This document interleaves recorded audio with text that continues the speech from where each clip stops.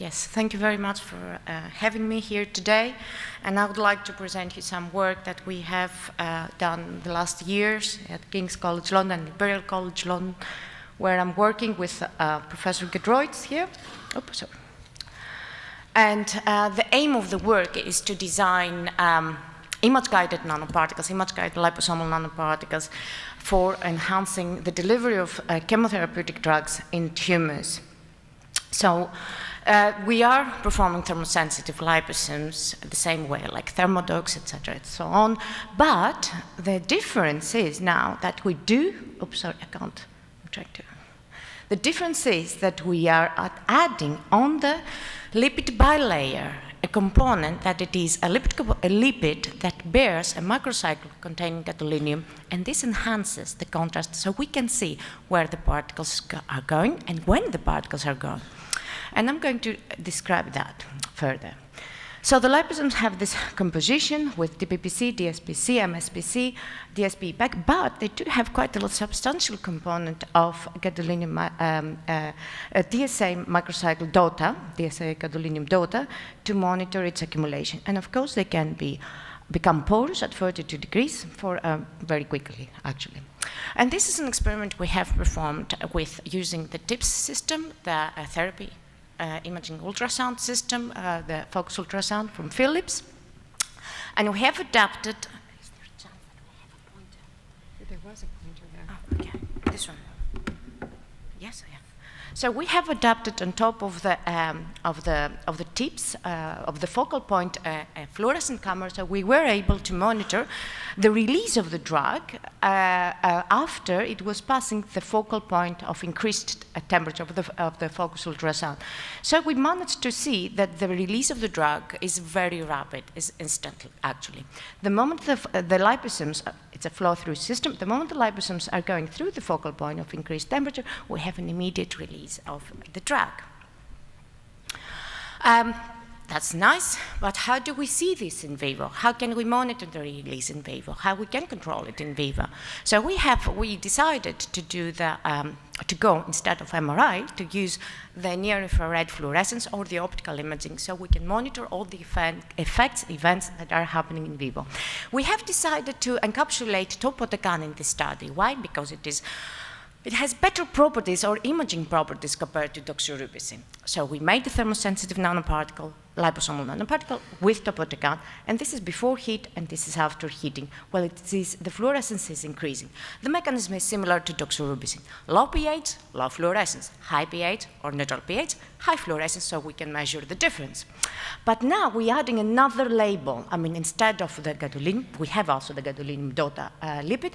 We add at 0.01% a fluorescent lipid, a near-infrared lipid that we synthesized in the lab.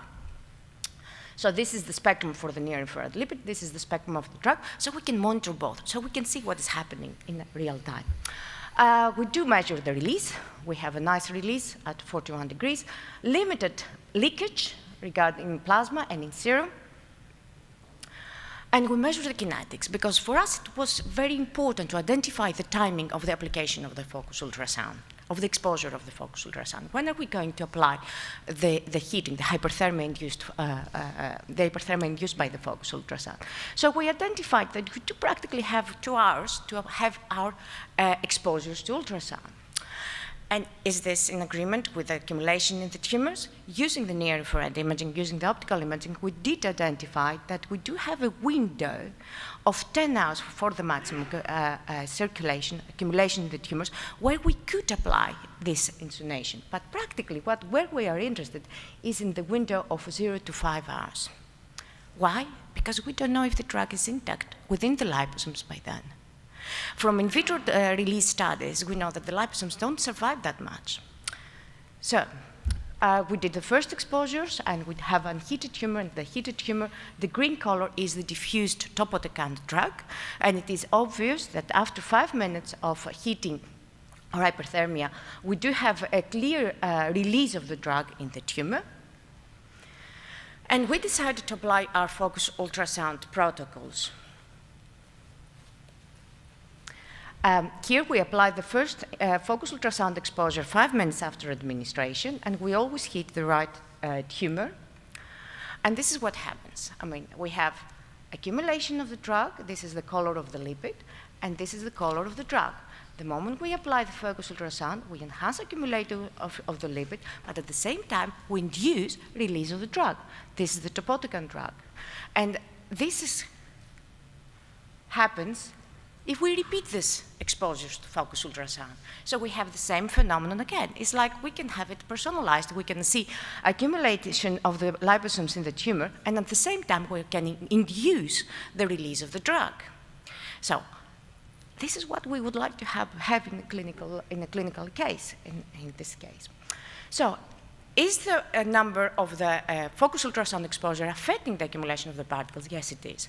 And here we can see no focus ultrasound, once focus ultrasound at 30 minutes, and here twice focus ultrasound at 30 and 90 minutes. The same happens with the drug circulation. Can we monitor, would we be able to monitor that with MRI? Yes, because we confirm the near-infrared results with MRI results, and here we can see this is the treated tumor, the same mouse, yeah? The treated tumor where we can see a decrease in T1 measurements, that it is in agreement with accumulation of the drug, because now we can monitor them with a gadolinium label. So in conclusion, hyperthermia induced by focus ultrasound induces drug release from thermosensitive liposomes. If we can see them, we can control them better. Addition of MRI or NRI probes can help, can add dual imaging modality properties to the liposomes for image guidance, and using optical imaging, we can monitor accumulation in the tumors. So I'm done. Thank you so much for that very nice paper.